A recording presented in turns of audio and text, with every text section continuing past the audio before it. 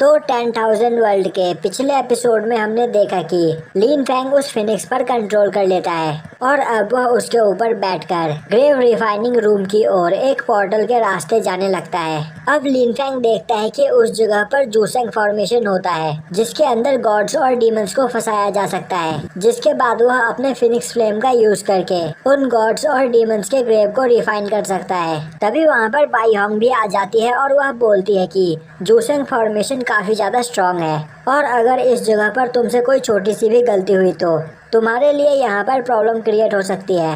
अब by Hong एक grave की ओर इशारा करते हुए लिन फैंग से अपने फिनिक्स फ्लेम का यूज करते हुए उस ग्रेव को रिफाइन करने के लिए बोलती है, जो सुनकर लिन फैंग उस ग्रेव की ओर अपने फिनिक्स फ्लेम को छोड़ता है और तभी उस ग्रेव के अंदर से एक गॉड निकलकर बाहर आता है और बोलता है कि आखिर कौन उसे यहाँ पर प्योरीफाई करने की कोशिश कर रहा है। उसका नाम लैंग फैन यू है और वह एक एंशिएंट गॉड फॉर्मेशन है। और तभी वह वहाँ पर लिन फैंग को देखकर बोलता है, लड़के क्या तुम मेरे हाथों से यहाँ पर मरना चाहते हो। और अब यह बोलकर वह लिन फैंग पर अटैक करने लगता है। अब उसके अटैक को देखकर लिन फैंग काफी ज्यादा डर जाता है। बाई होंग उसे शांत रहने के लिए बोलती है, पर लिन फैंग वहाँ पर काफी ज्यादा डर जाता है और वह फिनिक्स पर से नीचे गिरकर एक चट्टान के ऊपर आ जाता है, जिसके बाद वह गॉड लिन फैंग पर बिना रुके लगातार अटैक करने लगता है। पर लिन फैंग उस गॉड के अटैक का फायदा उठाते हुए उस गॉड के ग्रेव के पास पहुंच जाता है और अब उस गॉड के ग्रेव के ऊपर खड़ा होकर लिन फैंग अपने फिनिक्स फायर का यूज करते हुए उस ग्रेव को वहां पर प्योरीफाई करने लगता है। इसके बाद वह गॉड काफी गुस्से में बोलता है कि लिन फैंग यह करना बंद करे क्योंकि अभी वह मुक्ति पाना नहीं चाहता है। और तभी उस गॉड के अंदर की पूरी ब्लैक एनर्जी निकल जाती है और अब वह पूरी तरीके से प्योरीफाई हो जाता है। जिसके बाद बाई होंग बोलती है कि अब इस गॉड की प्योर सोल वहाँ पर बची हुई है, तो तुम चाहो तो इसे अपने अंदर एब्जॉर्ब कर सकते हो। यह सुनते ही लिन फैंग उस गॉड को अपने अंदर एब्जॉर्ब करने लगता है और उसी वक्त वहाँ पर सभी गॉड्स के ग्रेव जग जाते हैं। और अब वह सभी लोग लिन फैंग से काफी गुस्सा होते हैं और बोलने लगते हैं कि तो तुम यहाँ पर आज हमें डिस्ट्रॉय करने के लिए आए हो, पर हम तुम्हें जिंदा नहीं छोड़ेंगे। यह सुनकर बाई होंग बोलती है कि जूसेंग फॉर्मेशन का बैलेंस बिगड़ गया है, तो हमें जल्द ही यहाँ से निकलना होगा। और अब बाई होंग वहाँ से जाने लगती है। तभी वह फिनिक्स भी आकर काफी तेजी से लिन फैंग को अपने चोंच में पकड़कर वहाँ से ले जाने लगता है। वहीं उन सभी ग्रेव्स के गॉड्स एक साथ लिन फैंग पर अटैक करने लगते हैं, पर लिन फैंग उस जगह से बाहर निकल जाता है। अब वहाँ से बाहर निकलकर लिन फैंग बोलता है, वह जगह सच में काफी ज्यादा खतरनाक है। तभी बाई होंग बोलती है, लिन फैंग तुम सच में काफी ज्यादा लकी हो क्योंकि आज तुमने यहाँ पर 2 गॉड्स को रिफाइन किया है। और तभी लिन फैंग देखता है कि उसके दोनों हाथों पर एक एक पैटर्न बने होते हैं और उसके राइट हैंड पर ब्लड कोटिंग पैटर्न बना होता है, जिसके अंदर वह कई सारे ब्लड लाइन्स को कलेक्ट कर सकता है। वहीं उसके दूसरे हाथ पर भी एक पैटर्न होता है, पर उसका मतलब उसे समझ में नहीं आता है। जिस पर बाई होंग उसे बताती है कि इस पैटर्न का यह मतलब है कि तुम इस जगह के रूलर हो और अब इस पैटर्न की वजह से तुम्हारी कल्टीवेशन स्पीड किसी नॉर्मल इंसान से 100 गुना ज्यादा हो गई है।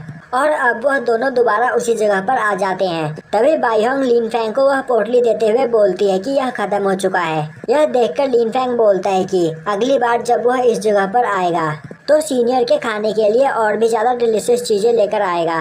यह देखकर बाई होंग खुश हो जाती है। तभी लिन फैंग का वह पेंडेंट दोबारा चमकने लगता है। यह देखकर लिन फैंग परेशान हो जाता है और बोलता है कि यह क्या हो रहा है। जिस पर बाई होंग उसे बताती है कि अब तुम्हारा इस जगह से जाने का टाइम हो चुका है। तभी लिन फैंग बोलता है, तो सीनियर मैं आपसे दोबारा कब मिलूंगा। बाई होंग बोलती है, जब तुम नेक्स्ट टाइम इस जगह पर आओगे।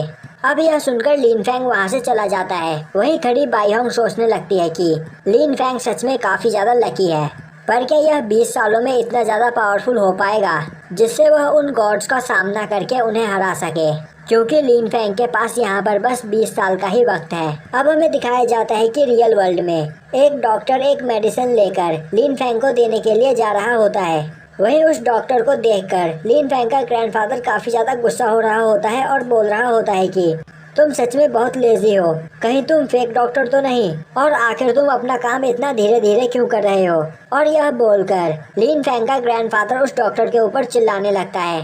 तभी उस डॉक्टर का पैर फिसल जाता है, जिससे वह मेडिसिन वहाँ पर नीचे गिरने लगती है। पर उसी वक्त एक लड़की उस मेडिसिन को वहाँ पर गिरने से बचा लेती है और यह लड़की लिन फैंग की छोटी बहन लिन सिनर है। अब वहाँ पर उस डॉक्टर की इस गलती पर लिन फैन का ग्रैंडफादर उस पर और भी ज़्यादा गुस्सा हो जाता है और बोलता है कि मैं तुम्हारी शिकायत तुम्हारे चीफ डॉक्टर से करूँगा, जिससे वह डॉक्टर वहाँ से चिल्लाते हुए भागने लगता है और बोलता है कि तुम्हारे ग्रैंडसन की हालत काफ़ी ज़्यादा खराब है, उसकी मार्शल सोल उससे छीन ली गई है और तो और उसकी ब्लड लाइन भी इंजर्ड है, तो वह यहाँ पर जिंदा नहीं बच सकता है और यहाँ पर कोई मिरेकल ही लिन फैन को जिंदा बचा सकता है। और यह बोलकर वह डॉक्टर वहाँ से भाग जाता है, जिससे लिन फैन के ग्रैंडफादर को काफ़ी ज़्यादा गुस्सा आता है और वह चिल्लाते हुए बोलते हैं कि मैं तुम्हारे ट्रीटमेंट हॉल को डिस्ट्रॉय कर दूंगा।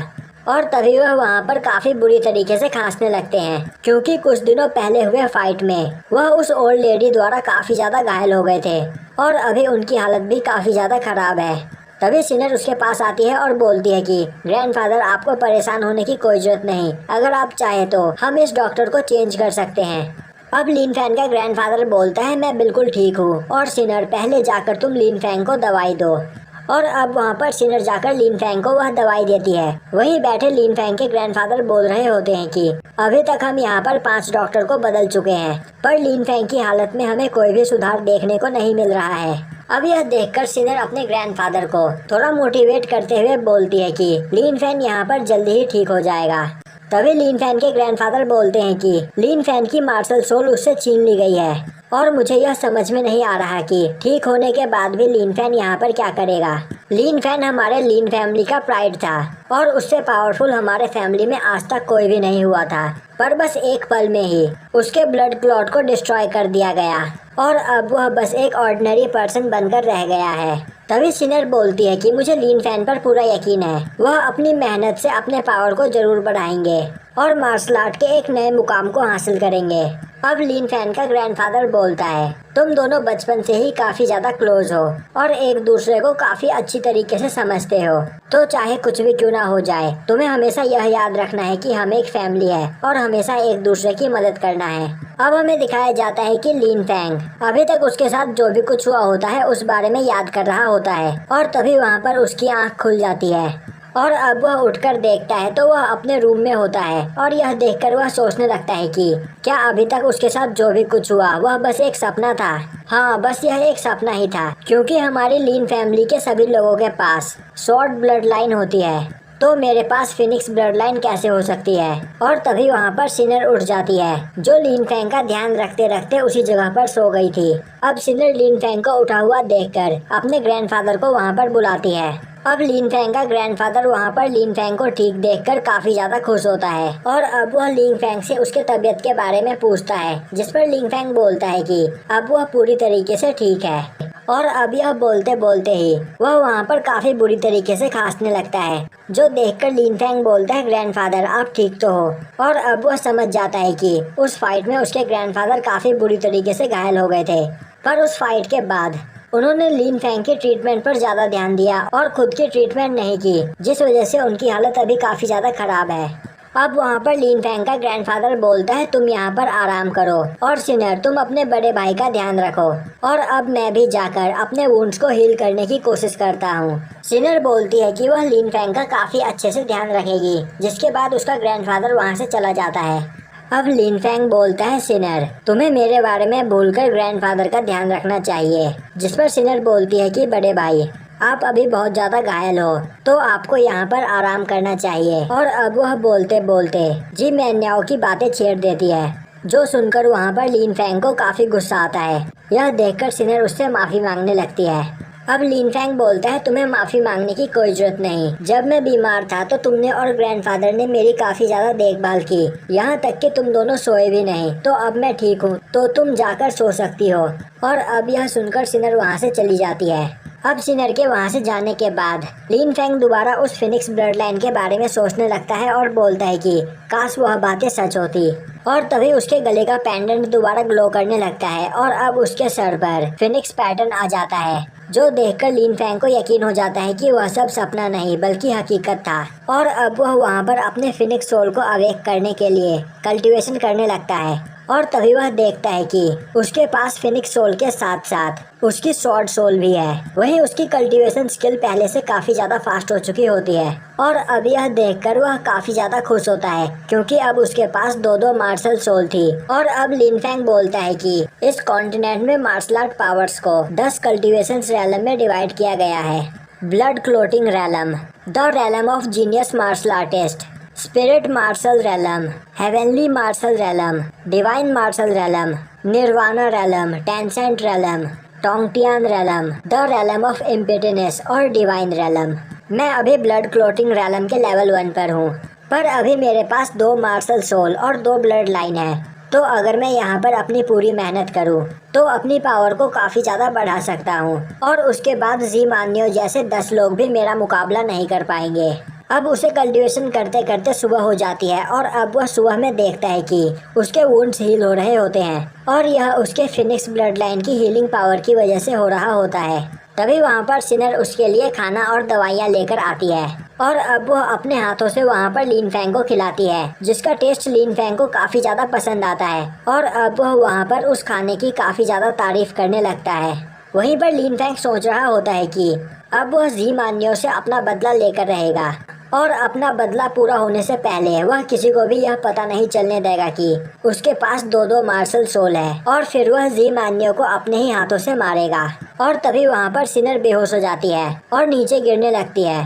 तभी लिन फैंग उसे बचा लेता है और अब वह उसे चेक करता है तो वह देखता है कि सिनर की बॉडी के अंदर पॉइजन होता है, जिसे देखकर वह बोलता है सिनर की बॉडी के अंदर का पॉइजन अब वापस आ चुका है। जब सिनर 8 साल की थी तो डॉक्टर्स ने हमसे कहा था कि सिनर का जन्म इस पॉइजन के साथ ही हुआ है, पर हेवनली प्लांट के यूज से इस पॉइजन के असर को कम किया जा सकता है, पर अभी उसके पास हेवनली प्लांट लाने का टाइम नहीं है। भले ही लिन फैंग के फादर ने सिनर को अडॉप्ट किया था, पर सिनर उसकी बहन जैसी है और लिन फैंग ने अपने फादर से प्रॉमिस किया था कि वह सिनर को हमेशा प्रोटेक्ट करेगा।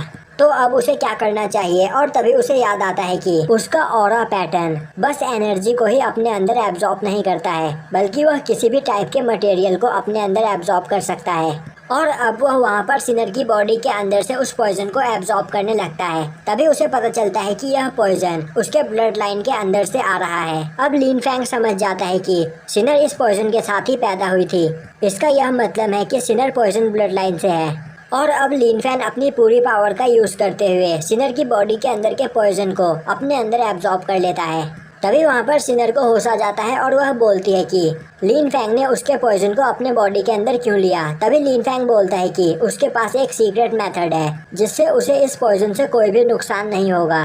सिनर बोलती है, बड़े भाई आप सच बोल रहे हो ना? तभी लिन फैंग बोलता है, सिनर मैं तुमसे प्रॉमिस करता हूँ कि मैं इस कॉन्टिनेंट का सबसे पावरफुल मार्शल आर्टिस्ट बनूंगा और मैं तुम्हें तुम्हारे इस पॉइजन से भी छुटकारा दिलाऊंगा। तो अभी तुम यहाँ पर आराम करो, तब तक मैं तुम्हारे लिए मेडिसिन लेकर आता हूँ। और अब यह बोलकर लिन फैंग वहाँ से जाने लगता है और यहीं पर यह एपिसोड खत्म हो जाता है।